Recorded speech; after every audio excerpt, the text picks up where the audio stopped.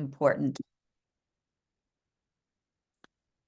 So I have been teaching nonviolent communication for the past 24 years now. And what got me into nonviolent communication was my family situation. As it turns out, I was married. I had two children when I met Marshall. I can't remember exactly how old they were. I think maybe 8 years old and uh, 11 years old. And I do remember what it was like being a child. And I grew up there being very shy, very quiet, and I was the good girl, always doing what I was told to do. And partly it was because I was afraid of what would happen to me if I didn't do things. I went to a Roman Catholic school in the United States. Was taught by nuns, and this was back in the time when corporal punishment was uh, permitted.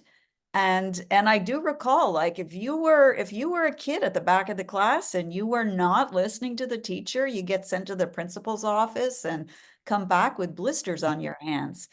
Uh, so I was very sensitive, and this was frightening to me. And I also recall at times there was something inside of me that would notice how adults spoke to children and how they spoke to each other and the kind of arguments they got into. And I said to myself at a very young age, I will never speak like that when I'm an adult. Well, the training I received growing up was very effective. And by training, I mean just what I was exposed to. If what is modeled to you as children, we are sponges. And if you don't have positive things modeled to you, you're just going to, like a sponge, absorb what is modeled to you. So I do remember moments where I was looking at one of my kids and like so exasperated and frustrated and wondering, oh, what the heck am I going to say? And I could see the look in their eyes telling me you're not getting me, you're not understanding me. And then the look in my eyes is you're not understanding me. And I just didn't have anything to say because I remembered what I'd said to myself. But at the same time, I just didn't know what else to do. So what am I supposed to do now? Just cave and let the kid do whatever they want, even when it's not good for them or it's not healthy? So I met Marshall Rosenberg around that time when my kids were 8 and 11 years old. And I found it incredibly helpful. And not only with my children, also with my husband, because, we would get into those arguments of, hey, what's wrong, honey? And then I look at him, nothing. But, I'm not telling the truth, right? Because my body and my tone is telling him there's everything that's wrong and it all has to do with you, was typically what was going on in my mind. So it was very refreshing and powerful to meet Marshall Rosenberg and start to learn nonviolent communication. And in fact, the first workshop that I attended with him was 2 days long. And after the first day, I came home and my husband said to me, "So how was it?" And I looked at him and I had a big smile on my face. I said, "Oh, it was fantastic." And then I started to cry because it was so powerful for me. It was like discovering something I'd been seeking for so long. So that was the kind of impact it had on me. And then I was put into this situation where I realized I just had to do this work. There wasn't even a choice made about it. I just had to do it because I found it so important, so powerful. So human beings have conflict. That's just the nature of, uh, people having different ideas about things, different desires at different times. And so we are going to have conflict. But does the conflict have to escalate, or can we, in fact, learn some skillfulness around really understanding what is at the root of the conflict, and then speaking to each other respectfully, with care, with discernment, and being able to navigate it that way? So I'm just going to introduce to you, I don't do this all the time for every workshop, but when Marshall was presenting, and Marshall Rosenberg, for those who don't know, was a clinical psychologist. And He died in 2015. He was had just turned 80 years old, but he was an international peacemaker. And the type of work that he was doing was very grassroots. And, it doesn't require, you don't need a PhD. He was a PhD, but you don't need a PhD to do this because it's so simple. It's so simple, and yet it's so difficult. And the reason it's difficult is because we've already been trained in a particular way. When you've learned to do something ineffectively, it can stick. It just becomes the go-to. And so, for instance, if someone says to you, "You're so selfish," our culture teaches us to respond in a particular way. And by our culture, I mean our modern way of doing things. And modern typically meaning, built on exploitation, on greed, all of those things that are taught to us or encouraged even. We live in a society that encourages a certain amount of narcissism that's gone a little malignant at this point. So if someone says you're selfish, typically the way we would respond would be to say something like, "I can't believe you said such a thing. After everything I've done for you, how could you dare call me selfish?" And then we have a whole bunch of litany of responses of how we're going to defend ourselves against this accusation that's so unfair. So Marshall would say, "I am going to introduce you to the most sophisticated technology that anybody could ever have." And here it is. See, it's good this is a video call, right? So here we go. What are these? Well, these are giraffe ears. And Marshall would travel with puppets. And what these ears do is they translate difficult messages into something, a human language that we can actually take in with our hearts. And this is the language of feelings and needs. And, you know that language, but we're going to go into it with a little more depth because it does, it presents differently. And it's good to understand what exactly is this language of feelings and needs. So if you have these ears on, no one can offend you, disrespect you, insult you, put you down, dismiss you, ignore you, because you're able to translate whatever that person is saying into feelings and needs. And the reason that the giraffe was chosen is because it has the largest heart of all land mammals, because it needs to pump the blood up to the brain. And because it's so tall, it has a vision that, can see the big picture. So, you can tell it probably would not be a good idea for me to respond in the following way, or it would be very important for me now to empathize with this person, which is one of the key pieces of NVC, is the ability to empathize. And that is to really understand what's going on for the other person. So when the other person says, "You're so selfish," now with these ears on, all you hear is please and thank you. And please is an opportunity to enrich life, and thank you is a celebration. And in this case, the person is saying please. What's the please? They're saying, "Please, I'm not trusting right now that my needs or other people's needs are being taken into consideration." So that would be how this person now would respond with empathy. Are you feeling some frustration because you're not trusting that your needs are being considered in this moment? Is that what's going on for you? When you respond in that way versus, "I can't believe you said that," you're going to end up in a very different place. And that's why this is so powerful. You will end up in a different terrain. You get out of the boxing ring, out of that fighting ring. And, to quote Rumi, "Out beyond ideas of right doing and wrong doing, there's a field. I'll meet you there." And that's what you do. Aren't these fantastic? Don't you want a pair? So Yes. yes, yes.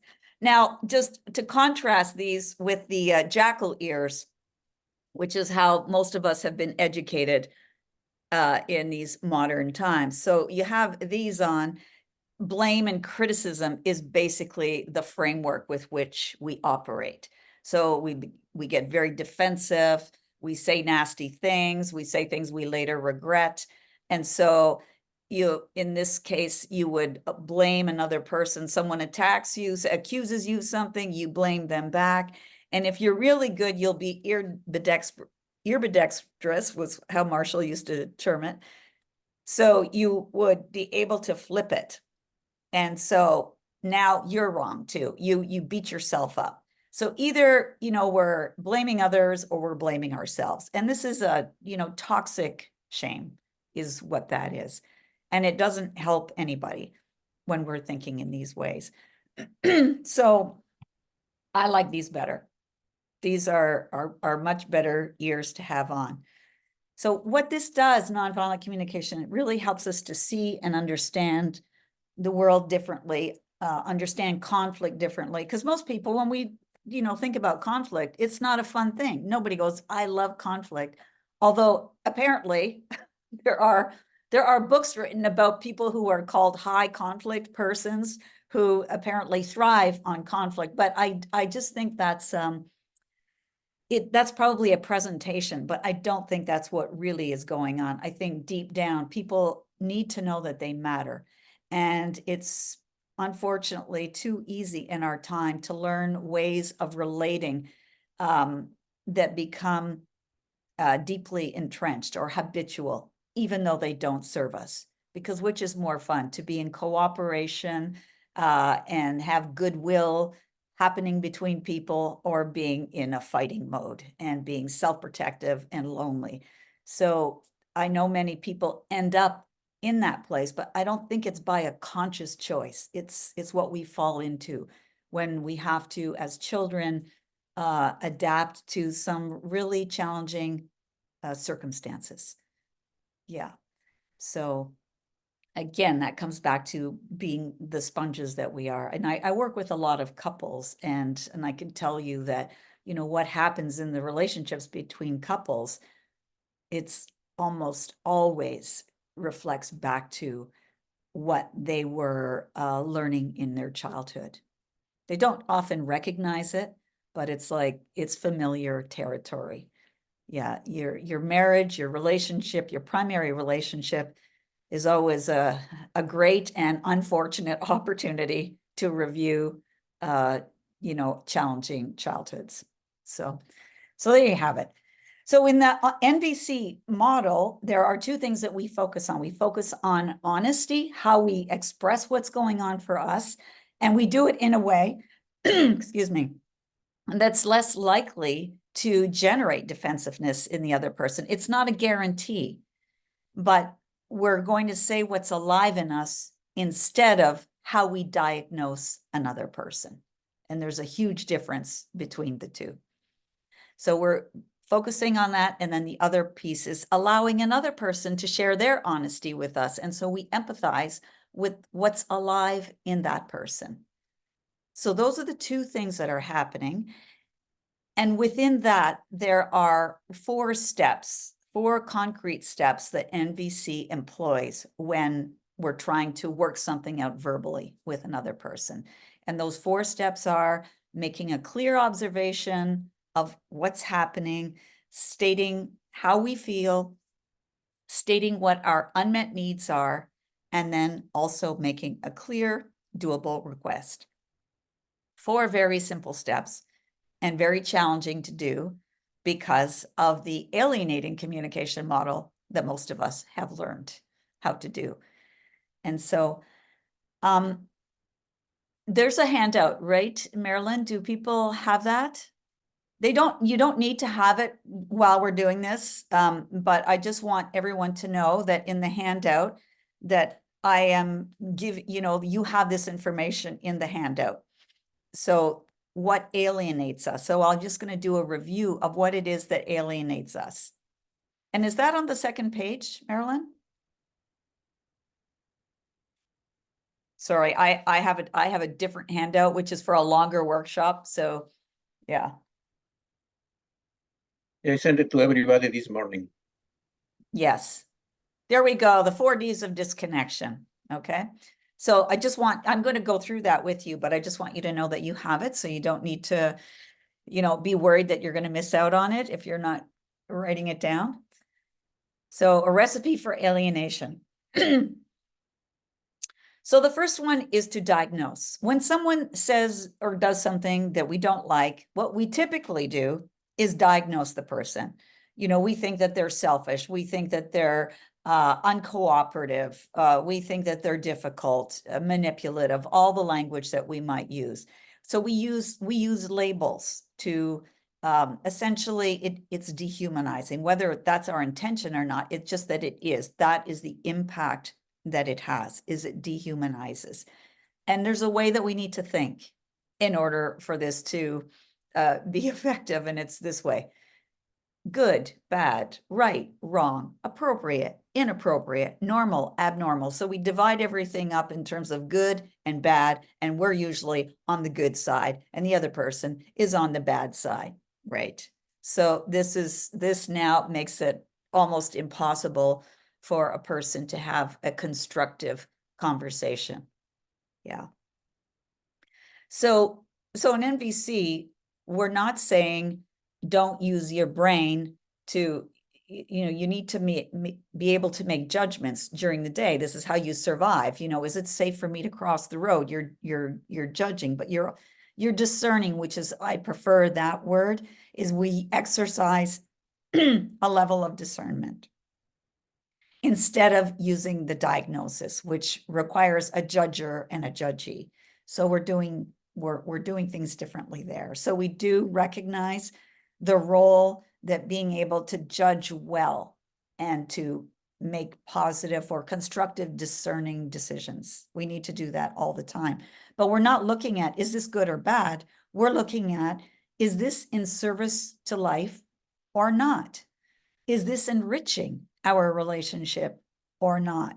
That becomes the measure instead of some abstraction of good, bad, right, wrong.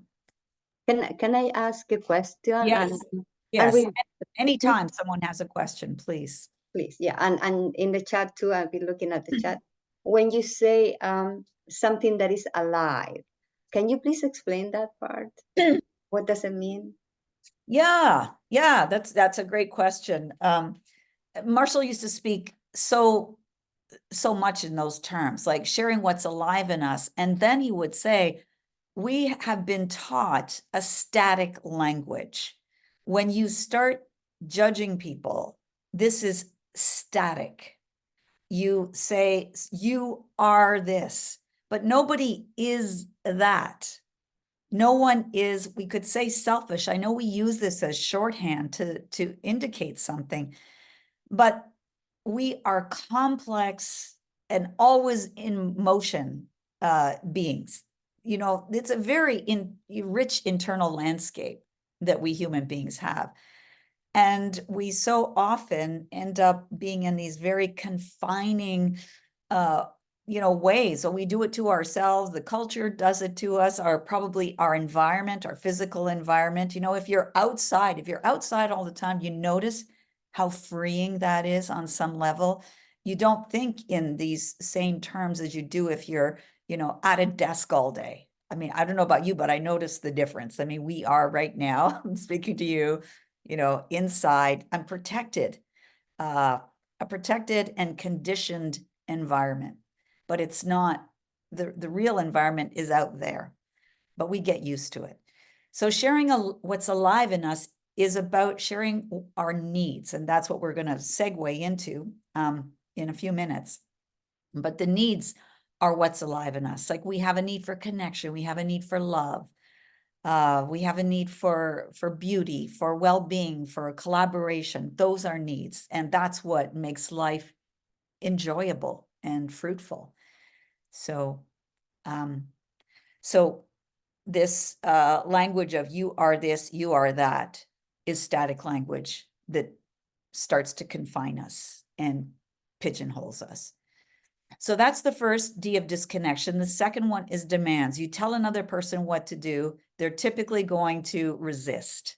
Even if they were originally willing to do it, there's often a like, oh yeah, now that you told me to do it, I was about to do it, but now that you told me to do it, I don't want to do it anymore. Okay, because human beings have a strong need for respect for their autonomy. It's just built in. One of the first words a child learns to say, no, no. So there you go. That's an indication of this desire that people have to be able to be autonomous. And this is especially challenging if you have positional power. If you are a parent, if you are a teacher, if you are a boss, a caregiver, all of these they do give you some positional power. So you want to be able to employ that with a great deal of sensitivity and discernment. Because we do want to be able to, what I would call, unleash the natural, innate desire for people to collaborate. It's just more fun. Let's do this together is more fun than getting into a resistant position and then saying things like, oh, okay, I'll do it. I mean, Marshall used to say this, never say this or allow another person to say this to you. What is it? All right, I'll do it. Okay, because you're going to pay for that. Now, that's typically language that, adults have. Children don't usually have that kind of tone. They eventually develop it, but young kids, no, they don't typically have that, little toddlers and, 5-year-olds. Usually there's an ease in the collaborative nature. Hey, let's do this together. Let's clean this up. Let's put the blocks away. Let's do this together. They much prefer to do it together than alone. So that's a good thing for us to remember. So that's the second one. Now, the third one is denial of personal responsibility. And this is when we use language, well, it's a kind of a bureaucratic language. It's company policy. Those are the rules. That's the way things are. We have no other choice. Do it because I said so. Okay, now there's a parental language right there. Do it because I said so. That's the only reason you need, because I said so. But Marshall used to describe that as being very dangerous a language to use. It does disconnect us. And in his book, Nonviolent Communication, A Language of Life, he talks about how in World War II, Adolf Eichmann was being tried for war crimes. And when he was asked, what was it like for you to send tens of thousands of people to their death? And he said, the language made it easy. It made it possible. Somebody asks you what you're doing, you're just following orders. So we want to instill values in our children, and we want them to be connected to their needs, because people who are connected to their needs make very poor servants and slaves, because there are things they just won't do.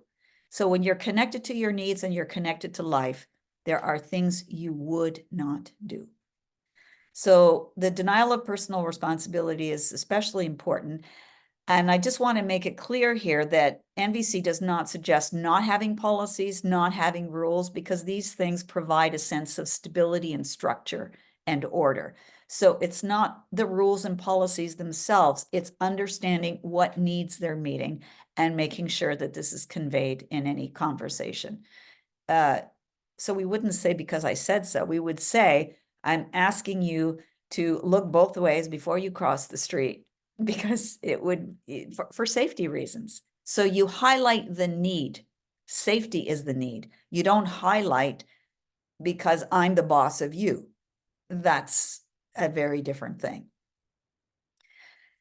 There's another way in which we often don't take responsibility, and that is the way we discuss our feelings or talk about our feelings. If I say to you, you make me so angry, I'm saying, I'm not taking responsibility for my feelings in any way. So I'm attributing the cause to you. And this is especially important because parents can often think, and they'll say it, oh, you make me so angry. I remember my own daughter once looking at her father and saying, she learned this from NVC. Even though she said she didn't really like NVC, she did learn this. She said, to her father, who, when he said, "You make me so angry," she says, "It's not possible. I can't make you angry. You're responsible for your own feelings." So there you go. Yeah. Out of the mouths of babes.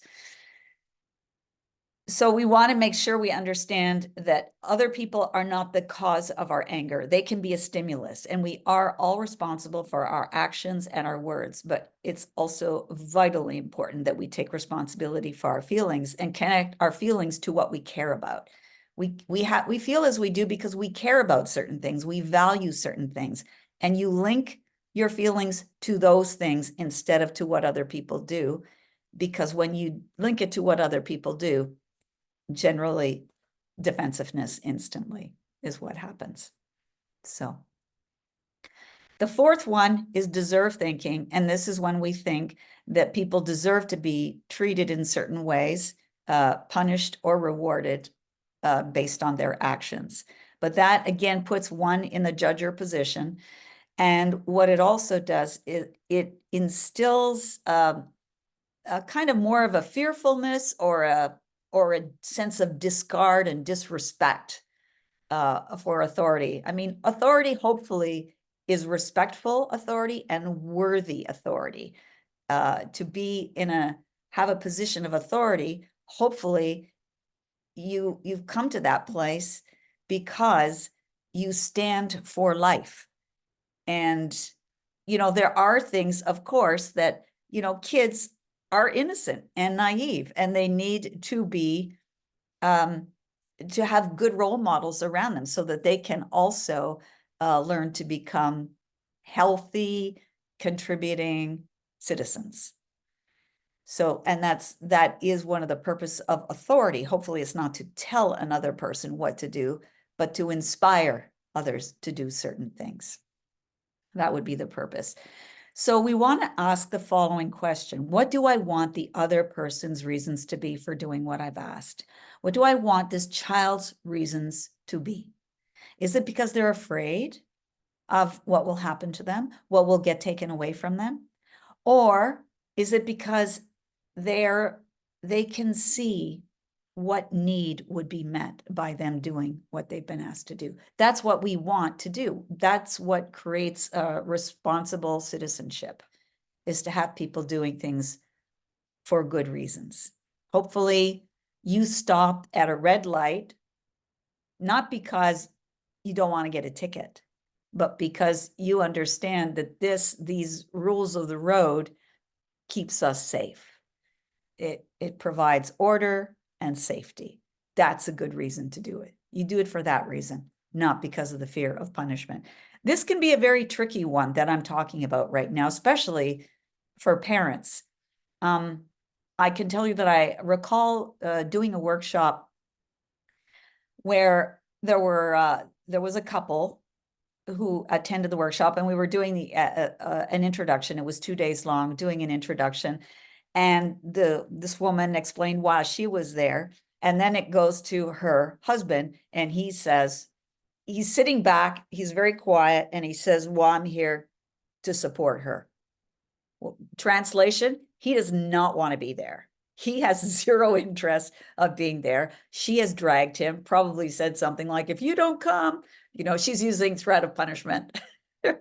And so I had given the presentation, and when I came to this part that I'm talking about right now of punishment and reward, he raised his hand and he said, "All of those 4 Ds of disconnection, you said you were raised that way?"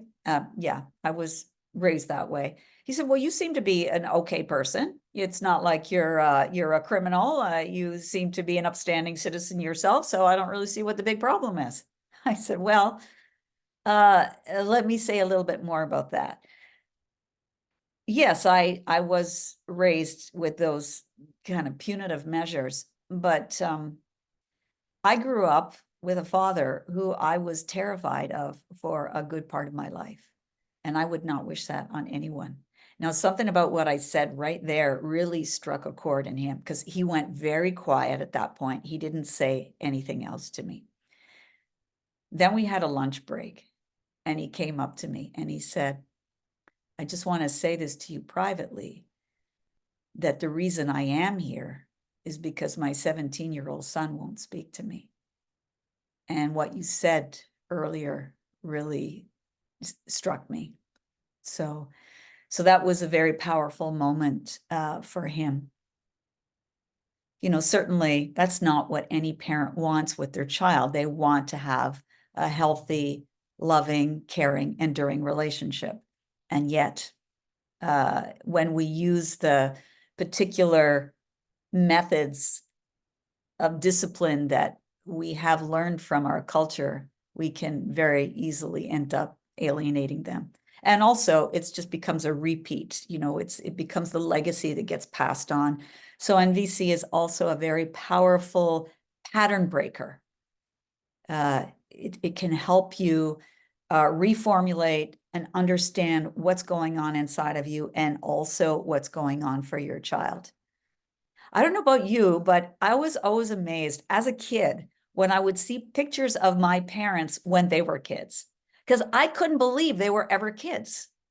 I thought they just came into the earth like that, like, just so hung up on shit, right? Excuse my language, but they were just always upset about things, it seemed to me. So I couldn't imagine that they were ever children. And I think it's a really good exercise for us just as adults to think about what it was like when we were kids.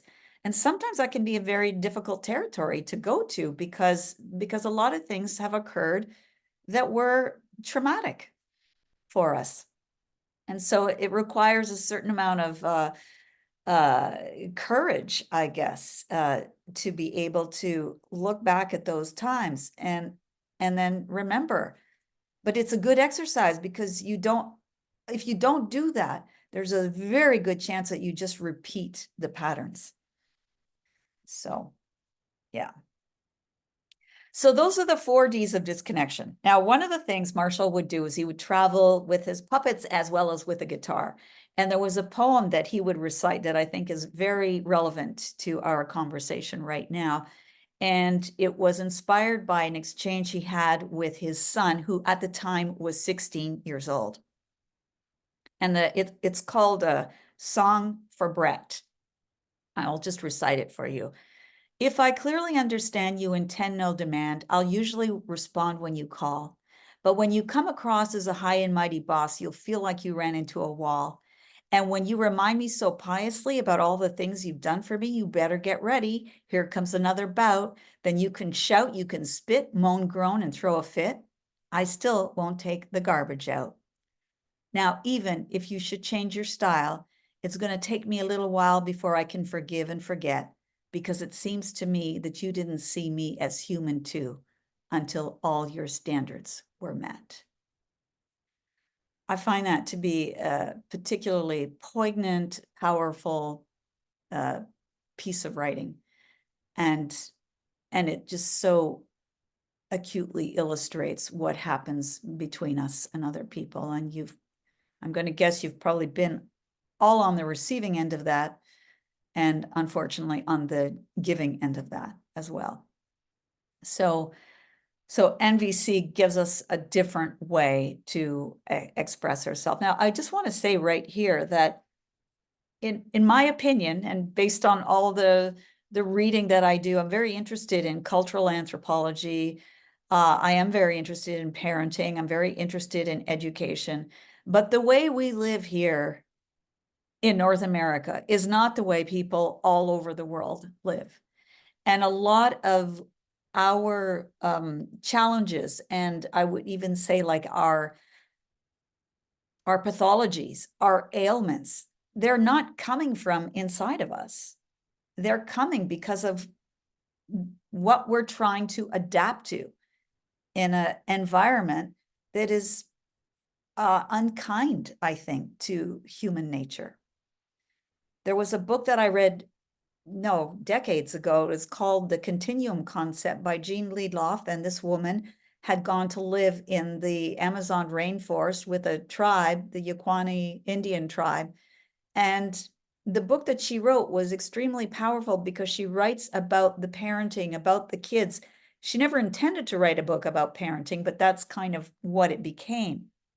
And that the way people were just in their physical bodies, their how they were with each other. It was such a different environment. And it's not an easy environment. You know, you have different things to worry about, like, you know, bugs and snakes and that kind of thing. And there's a long walk to go and get water. But in spite of that, she said there was a kind of a level of relaxation and calm and inhibition that she witnessed in those people that she doesn't witness here. And so we pay a very high price for all of our so-called conveniences and comforts.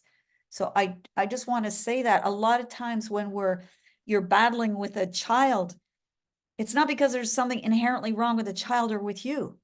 There's something wrong with the whole scenario. And, you know, Gabor Mate talks about these things too, you know, the myth of normal. None of this is normal. Yeah. So I say this because I think it's important for parents and all of us to just kind of go, wow, this is crazy. Not they're crazy.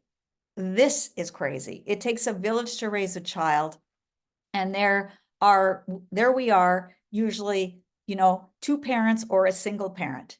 Where's the village? They're not there. And if there is anybody there, they usually have very different values than you. Like there's so little that's shared understanding around raising our kids. But there was a time, and we all come from people like that way back when, and maybe more recently for some of you, because I don't know your histories, but where the extended family, the village was there. And so what are you going to do when you go to therapy then? You're going to go, well, I'm going to blame my village for all of the things that are wrong with me. Because what happens now in therapy is the finger goes directly to mom and dad. This is what they've done. Well, they're not the village. That's the problem, is that they're trying to do something that is not possible to do. So hopefully they do less damage than more damage, but it's just good to understand what the landscape is for most of us. Yeah. So I'm wondering if there are any questions that anybody has at this point.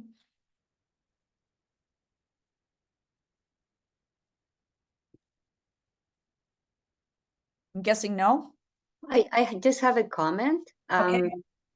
Taking the Circle of Security program, the training and all that, they also say the same as you're saying, that children, not only, by 11 months old, and maybe Maria can correct me, children start adapting and molding themselves to be accepted and caretake.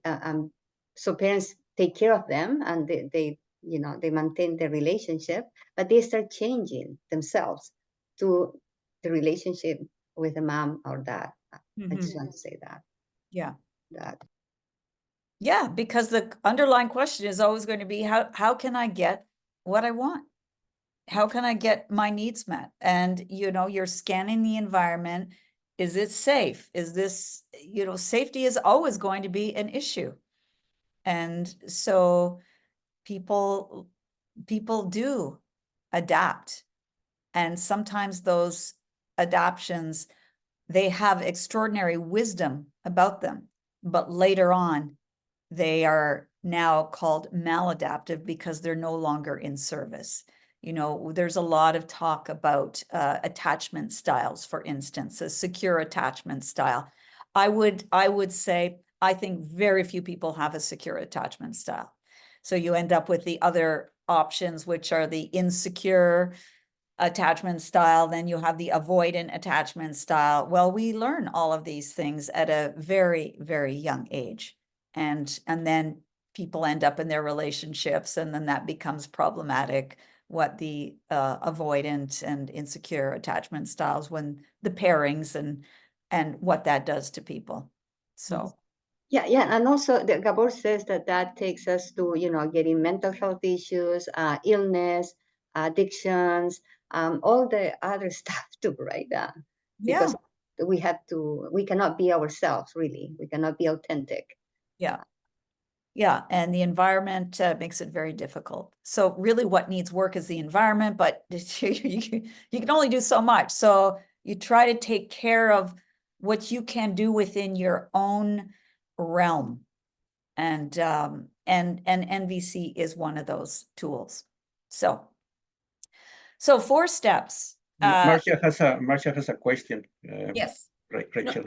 More than a question is like I mentioned I was reading the book The Body Keeps the Score, Yeah. and I was always blaming myself because I have like 4 husbands or 4 partners that were abusive, and I was like, how can I, how? And when you started, like I feel all the time while I was reading that someone put a hand in my back to say like, it's okay.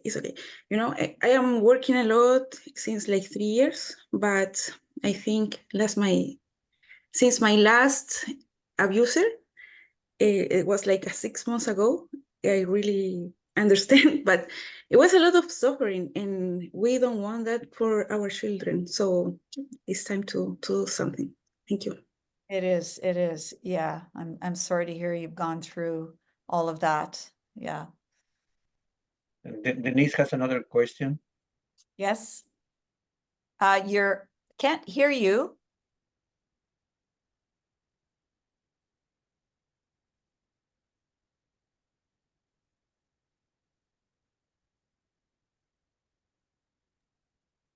You're not muted, but we cannot hear you.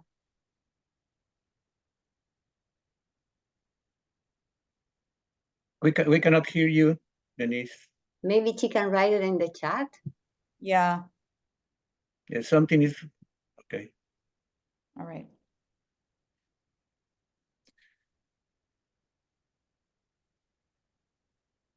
So Denise, maybe you can write down your question in the chat because we cannot hear you. Okay, thank you. Okay, Andrea, I see your hand.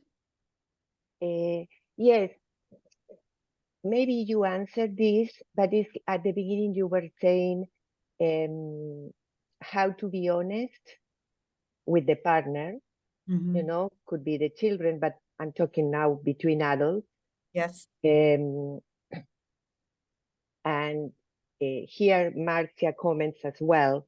What happened, if you have something to comment when one part of the partners has this information, but the other one doesn't.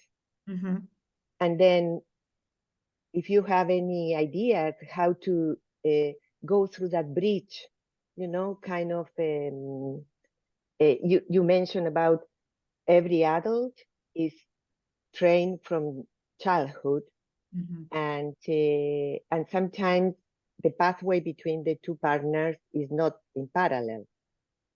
It's like you mentioned in the example before with this couple in your workshop, but at some point it's like the husband jumped that bridge, and was able to connect with his feelings and needs.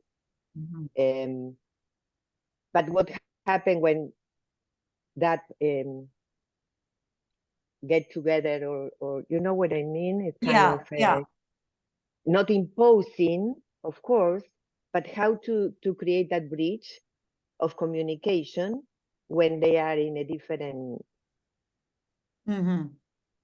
moment. I don't know how to call, but no, I think you've done a very good job. I mean, in NVC, what we would recommend is you stick to this process. And one important piece will be to empathize with the other person, with whatever the situation is. You would empathize with that person. And there's no guarantee that in doing this, that the other person will turn around and say, I really like what you're saying. I really like where you're going with this. And where did you learn this? And I would like to do what you're doing. We don't have any guarantee of that. All we can do is take care of what's going on with ourselves. That's what we have control over. You can have some influence with the other person by how you're going to address certain topics with them. And it can also come to a time when, you know, the question comes up, when do I leave a relationship? Well, you do that when you don't have any confidence that your needs will be met. So, you know, NVC, when it comes into a relationship, can have two effects. One of it can strengthen the relationship and bring them closer together. The other one is that it becomes so clarifying for the person who's doing it and the other person refuses to do it. And then it's just such an imbalance, and it's like, hey, there's 8 billion people on the planet, and you're not the only one. So next, you know, that's unfortunate, but that's the truth of it. But you would start by recognizing, wow, there's, you know, it sounds like you're frustrated because you have a need for whatever it is. That would be it. Thank But you. a lot of it, yeah, I like when you say imbalance. I like Yeah. that was the word that I couldn't find. Yeah, thank Mhm. you. Yeah. You're welcome. Yeah. And Rachel, can I say something? Yes. I mean, you're talking about needs, about our own needs and the other people's needs. And then that means that we need to do this work forever, because our needs are changing all the time and the other people's needs are changing all the time. And we need to try to keep score of what we need every time and try to fulfill those needs. Well, let's just look at needs. I'm glad you asked this question at this time, because needs is that's exactly where I was going next. And you do have a handout of needs, feelings and needs. So I invite you to just to have a look at that. So you see there's a needs list. Now, our needs they're not exactly changing all the time. They're different needs get emphasized at different times. It just depends on what the situation is. So these needs, you'll have them all the time. And when will they become most pronounced? When they're not getting met. That's usually, or when they're being met so powerfully. And, you know, in those moments, we would typically say, wow, I just feel so good right now. It's just, this so meets my need, you know, for love or for connection. But when those needs for love and connection are not being met, there's going to be something said about it. It's just hopefully you would be able to speak about it in a way that's less likely to alienate the other person or blame them for the fact that your need for love and connection isn't being met. So they're pretty changeless. And I really encourage you to look at this list and study it and reflect on which needs you find coming up more than others for you, because people have certain needs that they say, wow, how come my need for respect goes unmet so often? Or how come my need for connection goes unmet so often? But you have something to do with that. And so we want people to, you know, take responsibility and have some agency and some self-empowerment to realize you can do things and take those needs, take them very seriously, hold them tenderly. Those are your needs. It's not up to other people to fulfill our needs. We don't make it their responsibility, but because we live in a world that it's interconnection, interdependence. So in fact, we do require it, but we don't demand it. It's that if we conduct ourselves like healthy human beings, we have a pretty good chance of those needs being met more often than not. I say healthy, also aware. This takes a lot of awareness. You need to be able to look inside yourself and go, in what ways have I met those needs for myself, or met them for others, or not met them for myself, or not met them for others? Like where have the trespasses occurred? That you want to be able to look at that and not beat yourself up. You just go, wow, that's human beings. We screw up, right? So I messed up that time. Okay, thank you. And there is the niece question is, he said, or she said, I read the book, but it's so challenging to start implementing it due to my upbringing. How can I successfully implement it? Well, my response to that would be just to say I know, I recognize it is hard. It's very, very hard to do. Practice. It's always about practice. And you can do things like there's a lot of YouTube videos on Marshall Rosenberg.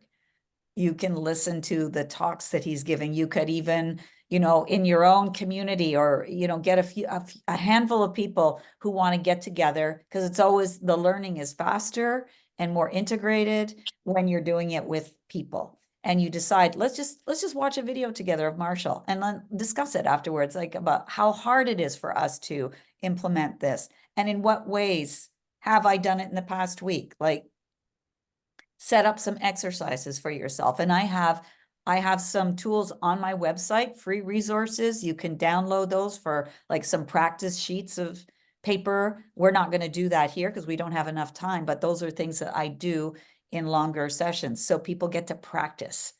That would be it. But I agree with you. It's very difficult to put into practice, and let alone your upbringing. The world around you continues to make it difficult. I mean, stay away from social media. You just see so many opportunities to engage in a alienating way. They're out there. Yeah. Thank- Rachelle, we are almost at 11. I just Okay. want a warning. Yeah, 2 Okay. minutes. Really. Well, let's do that 5-minute stretch. Why don't we do that now, and then we'll go into the next piece on needs. Okay. So 5 minutes. 5 minutes. Okay. All right. Thank you.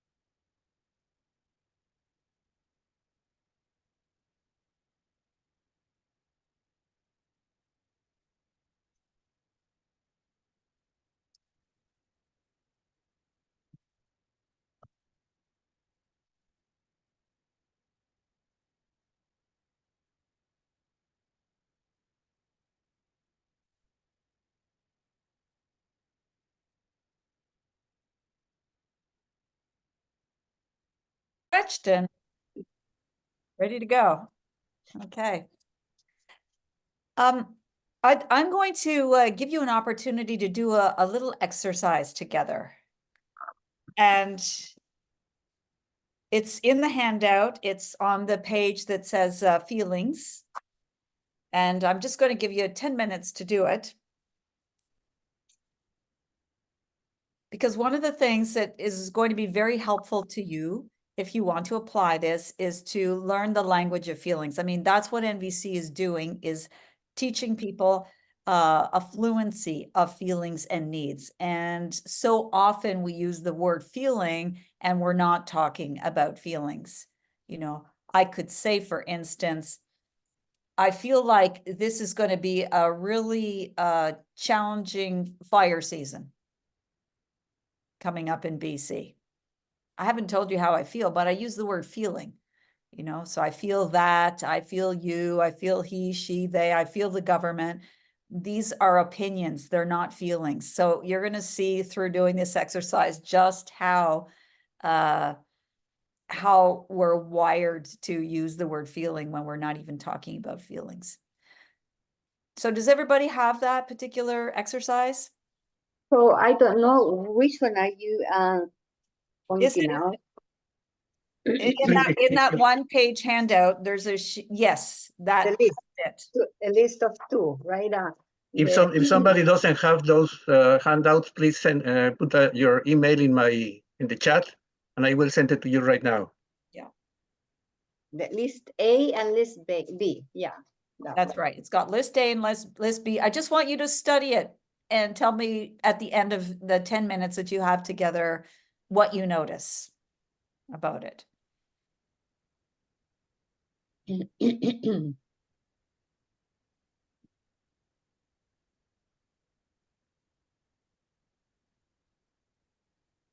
So do you have that one, Jesus, of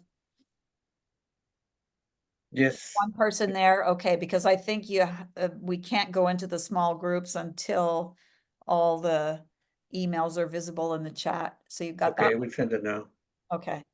I have a question. You want us to read the whole thing or just about feelings? I want you to do the exercise there. I think it just says like, what's the difference between the two lists? Is that correct? Oh, How do the above two lists differ from each other? How Yes. would the use of these words impact the conversation?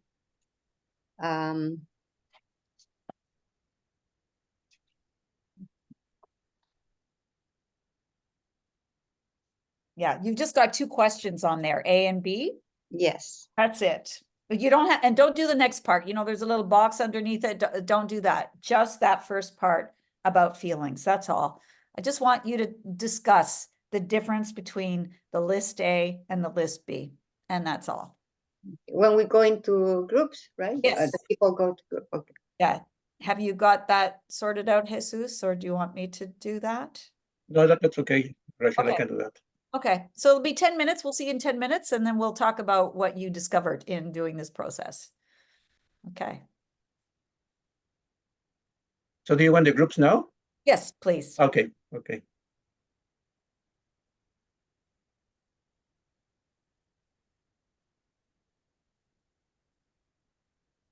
Bye-bye, everybody. Let's see who you go with.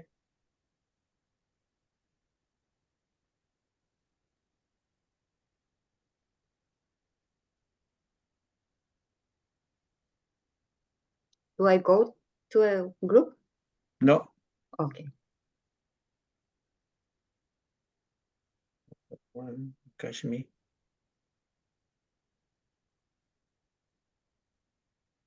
Okay. Because I see Anna sign, you Yeah. and Rachelle. And me. Yeah, I found a way to keep the host and co-host out of the groups. Yes. Okay. Great. Did you, what did you have to do? Was there something? So I'm gonna pause. I'm gonna pause it. Is that okay? Oh, yeah. Yes. When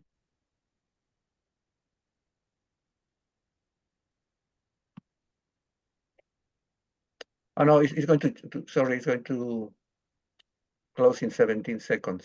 Okay, That well, was a warning. all right, we're ready. We're recording. I hope you had time to do all what you needed to do, Rachelle. Well, I was just, yeah, signing the contract and stuff. I haven't sent it yet, but. Welcome back.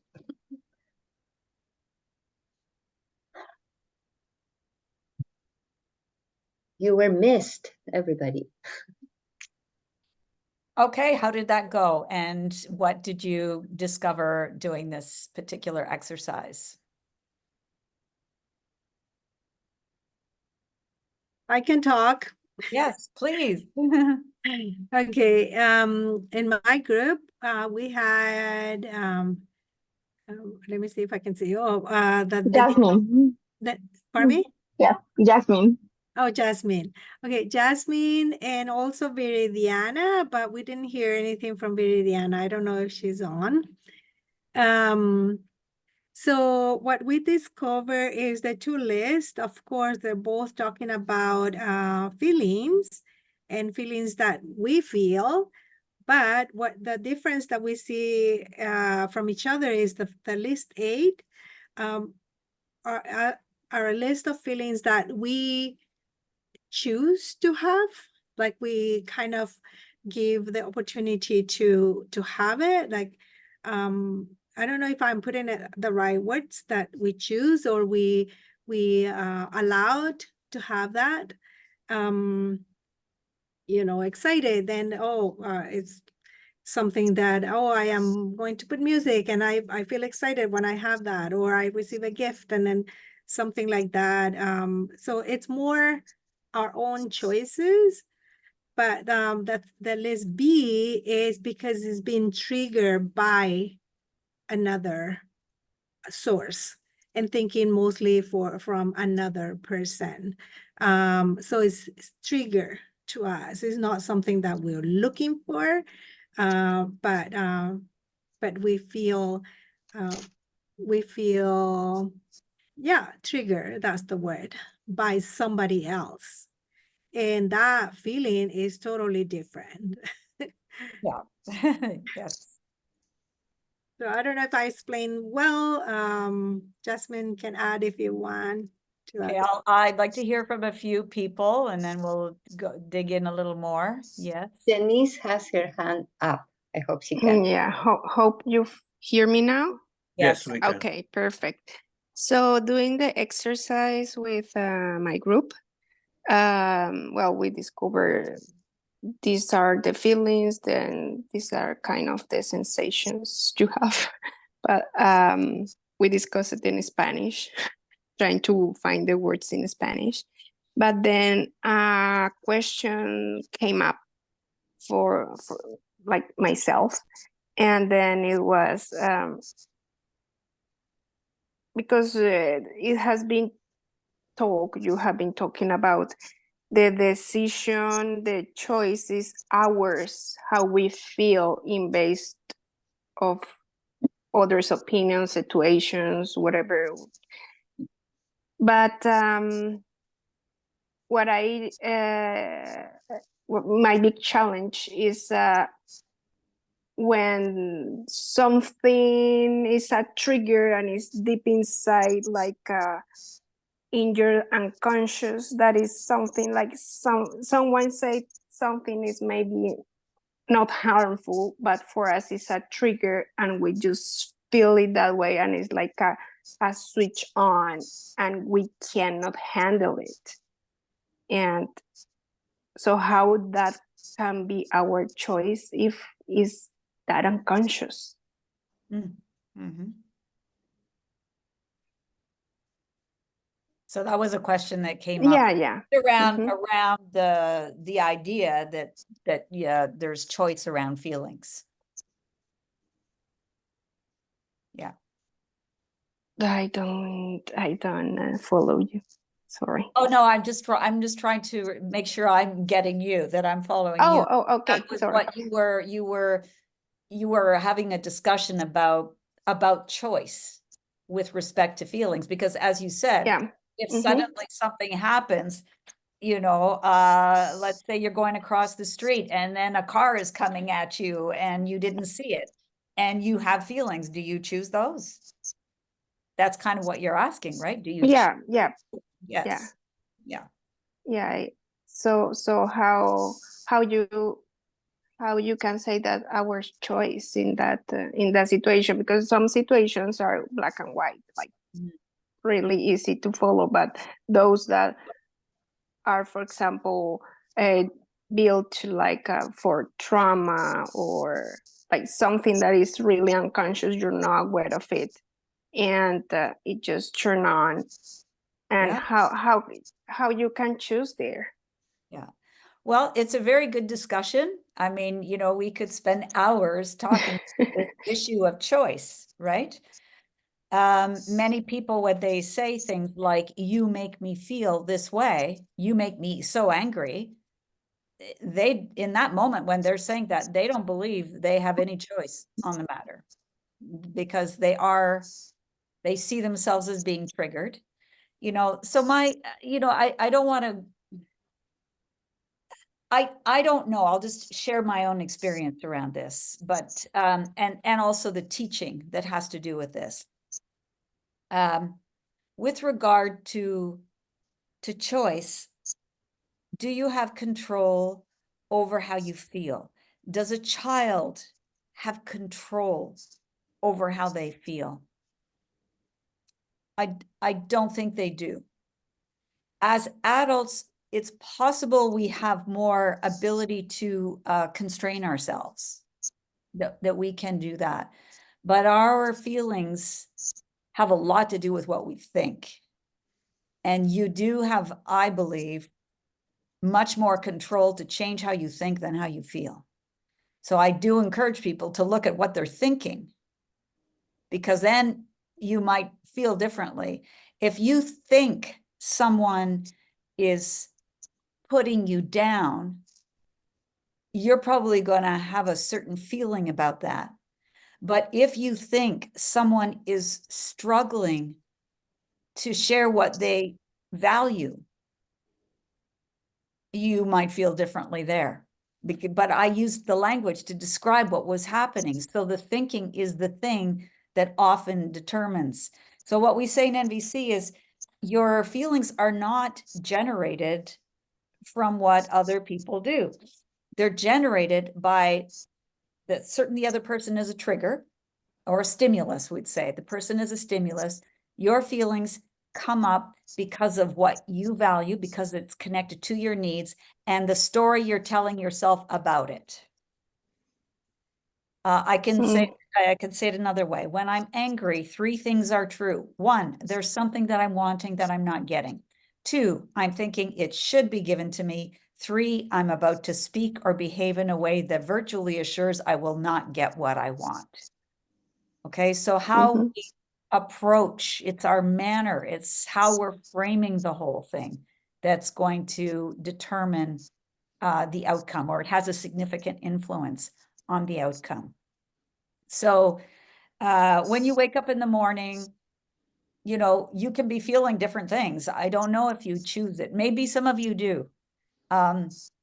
In my own case, I find it very difficult to, if I'm feeling quite down about something, upset about something, I'm just aware that that's what's going on. I can't flip a switch to go somewhere else. I can distract myself. Certainly I can do that. I can distract myself and then maybe something different will happen. But I could just take the case of someone you love dies. What is the proper feeling? I say proper here, but I mean, what's the human response to the death of someone close to you? It's deep, profound sadness. That's what that is. It's grief. And so often we try to push those things, what we call the negative feelings, but grief is not a negative feeling. Grief is an appropriate feeling to something. It's a different way of loving. It's your love. If you didn't love the person, you might feel sad on some level. We don't like to hear about tragedies that happen to people. We do feel some sadness, but it doesn't take over the day. But if it's your child or someone you love, yeah, it's going to take over the day. It's going to take over the week, the month, and possibly the year. And I would never try to convince someone to feel otherwise, you know. It takes time. So the NVC view of these particular words is list A is feelings. List B is story. It's not feeling. Because in list, even though there's feeling present, if I say to you, I feel disrespected, I feel something. But can you draw an emoji for disrespected? but you can draw an emoji for excited, anxious. So all of those, the ones you can draw emojis for, those are feelings. You cannot draw emojis for the other ones. They're stories. We're telling ourselves that someone is disrespecting us. But remember, if you have these fantastic ears on, that's not happening, right? The person, you have a need for respect that may not be being met in the moment, but it's not because you're being disrespected in the way that, you know, that we're often led to believe is going on. So I would say I feel frustrated. I feel hurt because I have a need for respect. Now I'm telling you how I feel. Though there's the word there, ignored, in list B. Marshall used to say this. Have you ever been in a situation where you thought someone was ignoring you and you felt hurt? Yeah. Have you ever been in a situation where you thought someone was ignoring you and you felt relief? So ignored isn't the feeling, it's what we perceive to be occurring. You know, it's the shorthand for someone isn't looking at me. It could be that. Or someone is halfway across the room having a conversation with someone else and I haven't been invited over, that kind of thing. So these are very important distinctions. Marcia, do you have your hand up or was it up earlier? Yeah, I Okay. was up and down. Sure. I gonna say something about the compassion. I meditate a lot, and when you recognize your feelings, your bad and good feelings, because we are taught that the bad feelings are like the devil, you know, so you are not allowed to feel. But when you apply that compassion to everything you feel, everything started to change, and you feel more human, and you started to understand others. And it takes a lot of time, but it's a good trip. I am enjoying what is happening to me now, but took me a lot. So I encourage everybody to please do it. recognize your feelings and don't feel shame. Yeah. I think, you know, maybe in the early days when I had this list, it's possible that I had, you know, negative feelings and positive feelings. Those might have been the headers, you know, the titles. I don't have that. I just say feelings when we enjoy what's happening, feelings when we don't enjoy what's happening. Because I don't want to create that division between, you know, this good, this bad. Because the human experience, it is that we're born in physical, mortal bodies. We get hurt. We get sick. People we love get hurt and get sick. People we love hurt us. We hurt people we love. And so you're going to feel the feelings that go along with that. And it's good to just make a place for that and not to resist it. And if you're looking for support from someone when you're going through a difficult time, because it's helpful to have someone help us carry a burden. You know, you probably, I wouldn't advise that you go see somebody who tells you, just be positive about everything. That to me is not real. It's not real. It's okay, you're going through a difficult time. Wow, that must be pretty hard, you know? You know, how can I be of support at this time, you know? So I think it's very important to know how to do that. And we need to know how to do that with our kids too. You know, our kids are crying and, you know, we just want, hey, just stop it. You got plenty. Why are you crying? You got plenty to be grateful for. Look, you know, we just went to the Dairy Queen. What's the matter with you? Instead of just, oh, that's pretty sad, you know?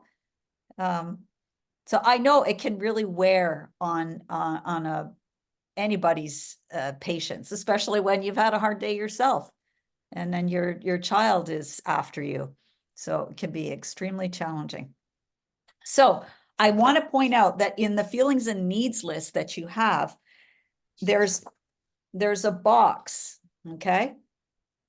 And it has a list of all of those words that are similar to B, list B. It includes the words from list B, but there's even more.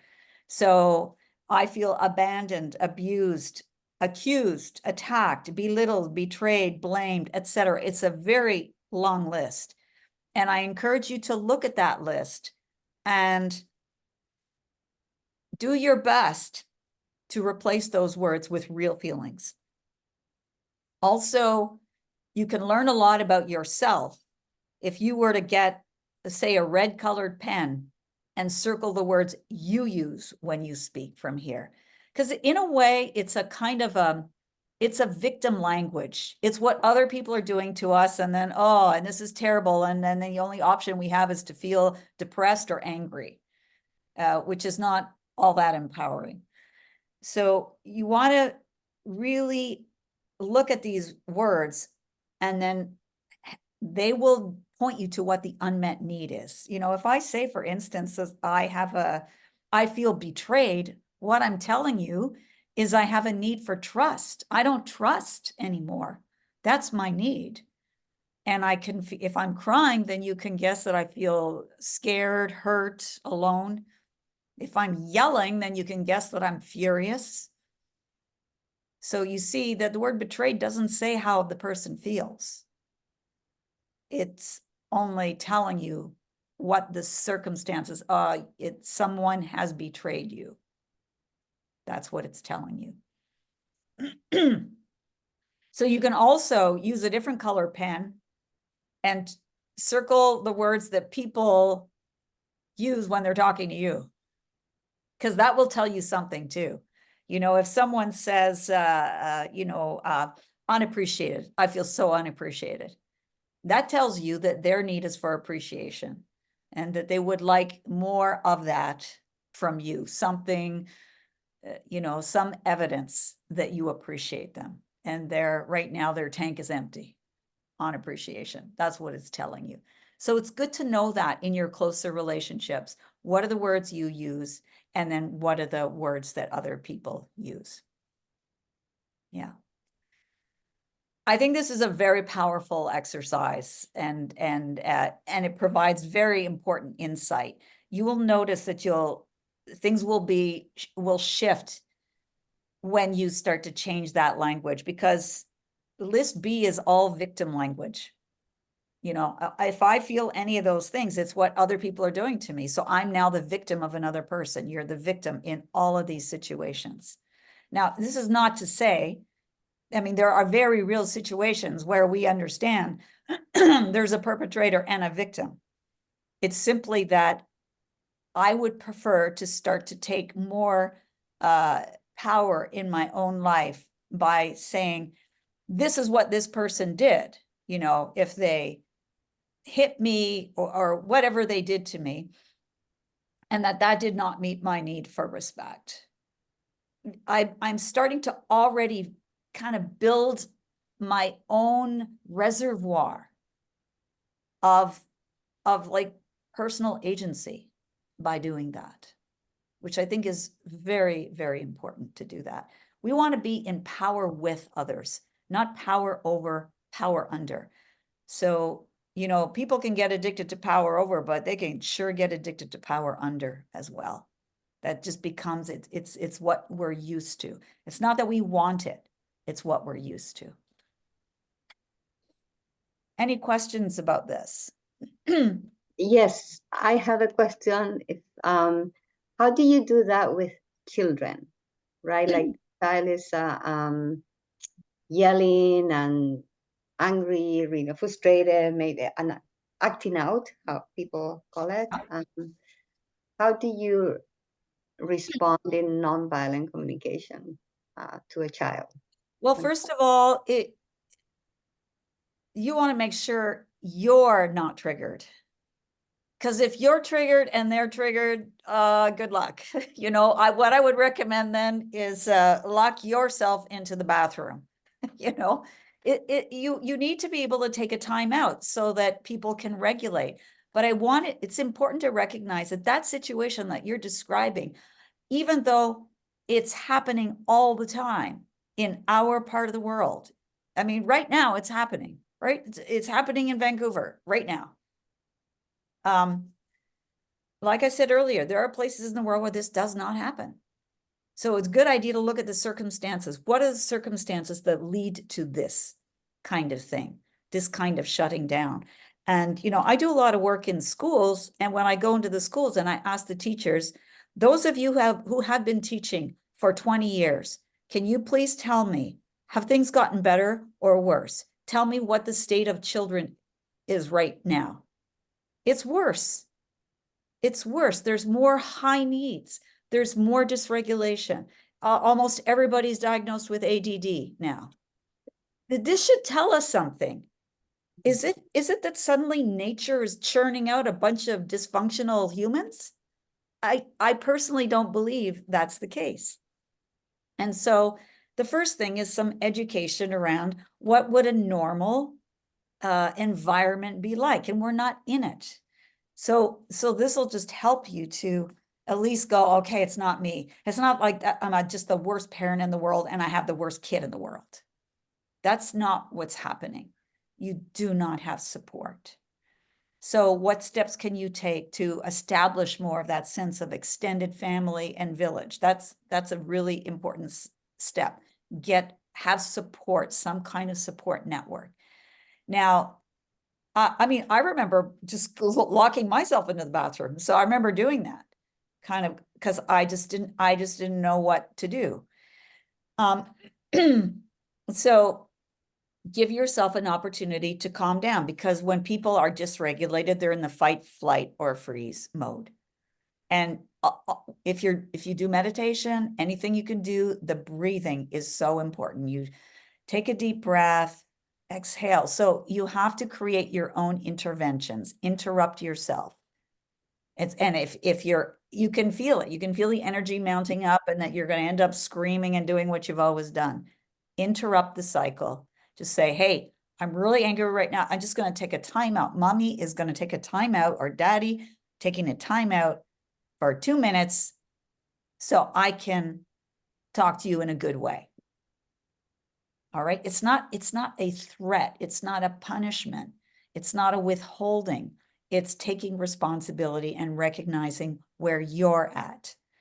And then you can address the child. So empathy is always going to be it. Are you feeling frustrated right now because there's something that you're really wanting and you're not getting? Is that what's going on? You know?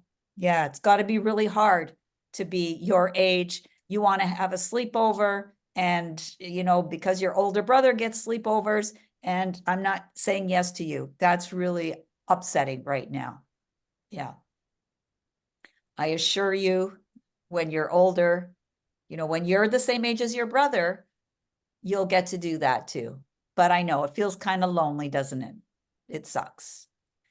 Okay. You're not there to take away the grief, but you're there to just acknowledge it, you know. And then there is also like the firm boundary setting, which I'm sure people have been speaking to you about in other presentations, hopefully. But the needs themselves are boundary setting too. You know, when we say we have a need for respect and we recognize our need for respect, there are certain things we will not tolerate from other people, which is not a meanness. It's a regard. It's a self-regard. Hey, this is not a good way for us to be speaking to each other. I'm going to step away from the conversation. I'm happy to resume it, but it's so important that we speak to each other in a respectful manner, and especially important in the presence of our kids. That's what I'm doing. You have to be firm about these things. Yeah. So does that kind of answer the question, Marilyn? I mean, we're looking at, it's always going to be honesty and empathy. You know, I'm frustrated right now. I don't have the resources to, you know, give you what you're wanting. Let's just take a few minutes, or let's put some music on, like whatever you can do. Get creative. That's another thing I would say. Get creative. Use humor. I know it's hard when you're angry, but just, hey, let's just try to get out of this. Is there something funny that we can do? You know, even having puppets, you might not have the jackal and the giraffe, but hey, let's talk about this by using our puppets. It helps to depersonalize, and kids love things like this. Let's use these to talk. Yeah, what's going on for you now? It just shifts the tone and the climate of what's happening. Yeah. Thank you. You know, Rachel, I said that we need to find out our personal way of talk ourselves down. Yes. No? I mean, for me, it's usually to say when things are happening with the other person, the other person start to be like upset or angry. I ask myself, so what's happening to this person now? What does she needs or what he needs? And that makes me the time to start to think and start to settle down my own feelings. No? Yeah. So, and remember, when you're asking, like, what does the other person need? Make sure, because in early NVC learning, people will often confuse strategies with needs. So if you ask a child what they need, they're not going to tell you what they need. They're going to tell you what they want or what they expect, you know. So like, what do you need right now? Not a good question to ask a kid. It's better for you to know what they need, what the need is underlying what they're wanting. It could be, you know, if it's like, I want Captain Crunch cereal right now. Like you've just said, you're making dinner, right? You're making dinner, and you know that if your child has a bowl of cereal right now, they are not going to be hungry. They're not going to eat their dinner. And what you want is for them to have a healthy meal. So if you say, what do you need? They're just going to say, well, I need the cereal. That's what I need. But that's not a need. You don't see it on the list of needs. Cereal on the list of needs. It's not there. What's on the list of needs is empathy, connection. This is why I'm saying a child is not going to know what they need. Most adults don't even know what they need. They think in terms of strategy. You know, I need you to do this. I need this kind of car. These are not needs. So empathy is going to be focusing on the need. It sounds like you're really frustrated because you would like this, you value this, and I'm wanting to tell you that as much as I'd love to say yes to you, what I am saying yes to is the meal I'm preparing for you right now. That's got some healthy things in it. You see, this kind of conversation we wouldn't be having if we were all living in the Amazon with the people I was telling you about earlier, because the food is being prepared collectively, and it's a group thing. There isn't anybody there going, oh, do you have special needs? Oh, you can't have gluten. Oh, okay, we'll take care of that. That is not what's happening. Oh, you really need to have pizza tonight. Or no, this is what we're eating. It's not a punishment. But now, because us humans have gotten so used to having things at our fingertips, and isn't it great? Well, it creates a bit of a mess for us at times. Yeah. So being alert to that is also important. It's mad time right now. Yeah. And we're trying to work out these situations. People, I remember my husband came from a pretty large family, as did I, but every Thanksgiving we would go to the eastern townships in Quebec, and we would be on farmland, and there were cows grazing in the field, and there were chickens, and there were so many cousins and aunts and uncles. We love going there. And you go there with your kid just disappears.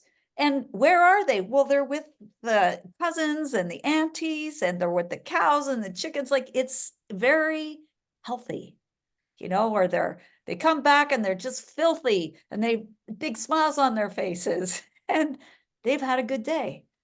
And our kids, so unfortunately, very few of them have those types of experiences now. It's a real poverty. It's a great poverty.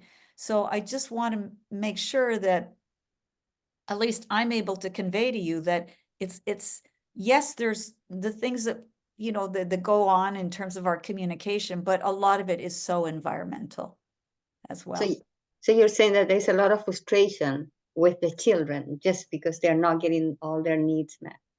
Yeah. Well, because they're not in an environment And- that would be nourishing in the way that I think humans are meant to live. Yeah.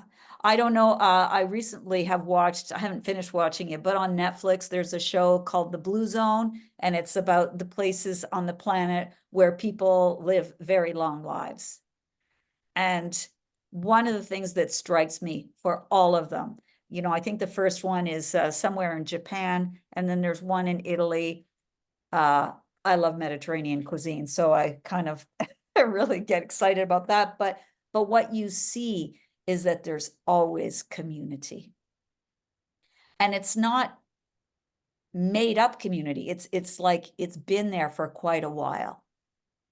You see grandkids with the grandparents, and there's a great deal of, it's just natural innate respect. There's you know, we're going to defer to our grandparent. We're going to defer to our parent because they know more than we do, and we trust them. That this is lost, I think, to most of us here in this part of the world. And so that's how you can't make someone respect you. That's, you know, that's usually done through punitive measures. Yeah. So there are places in the world where that kind of life is still there. And I don't know about you, I haven't experienced it, but I miss it. So, yeah. Yeah. So are you saying that we need to focus on maybe trying to create that kind of environment for our families? Well, or I think it's the most important thing. I think parenting is the most important work in the world. I don't think we live in a society that recognizes that. It gives it a lot of lip service, you know, and now there's talk about, you know, increasing, you know, childcare in BC. I believe I heard that, you know, that there's been talk about that. But then I hear other studies where really what is most nurturing for a child is to be with their parents and the people who love them and not a stranger. And so it's really tricky. It's complicated. And those are the times that we're living in. So to know this has, at least for me, and I think it does for most people, when you're aware of that, you can soften up a little bit. Okay, here is what I can manage, and here's what I will try to do. I will try to create some support for my children and for myself. Remember, as the caregiver, you need to take care of yourself. You're no good to others when you're so depleted, you know, and then we get resentful. It's very easy. I know parenting is such a hard job. So taking care of the parents is so important. You know, I don't know what people's personal feelings are, but you know, the whole thing in the States, the Wade versus Roe and about abortion, those conversations, they create such divisiveness, and there's just this war about this is right and this is wrong and whatever it is. But one of the things that is clear to me is we don't establish the conditions so that parents and kids are going to be well taken care of. That should be our first responsibility. That's our future right there, is those little ones. And we would do, it would be very wise of us to really recognize that. So like I mentioned earlier, yeah, there's a great poverty around these things. Mm-hmm. So within your own community, do what you can to establish strong ties. Andrea, saw your hand up. Well, just a comment about my own experience, you know, kind of, my kids are grown up now, but I think that the daycare I think that in a immigrant land like Canada, the Mhm. society that I think that at some point is quite overall community oriented. Daycare will be like a covering for the missing part of the larger community, for the village, you know. That was also my own experience. You know, when I came to Canada, I had to go full-time school because that are the conditions to learn English and be able to settle in. Mhm. And it was a community, it was a family, you know. Mhm. Of course, a stranger family, but it's the family that you get when you came in to a new country and a new society. Mhm. And when you are talking wisely about how replenishing, how draining could be parenting, well, it's important to be, you know, building up community. For that reason, I think that the family places different, even I don't practice, I don't have religious beliefs, but I really I very grateful for the role that they play in Canadian society, because they are providing families for the support, like at least Sunday school or Saturday school, you know, the kids have this opportunity that you were mentioning, Mhm.